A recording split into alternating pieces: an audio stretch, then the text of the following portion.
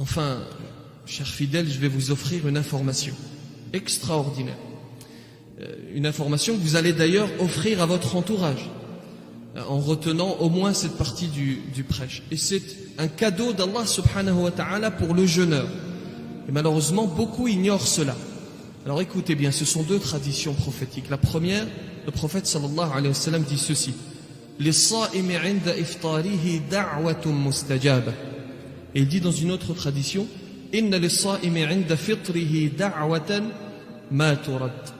Il y a pour le jeûneur, lors de la rupture du jeûne, une invocation exaucée. Dans une autre tradition, il y a pour le jeûneur, lors de la rupture du jeûne, une invocation qui n'est pas refusée.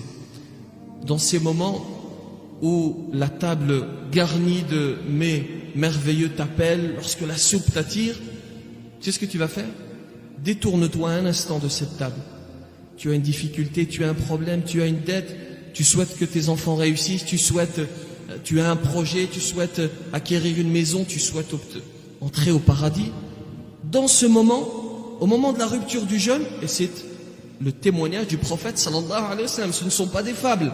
Nous croyons dans les paroles de notre prophète. Ce n'est pas un menteur. Il te dit, dans ce moment précis, Allah subhanahu wa ta'ala ne rejettera pas ton invocation.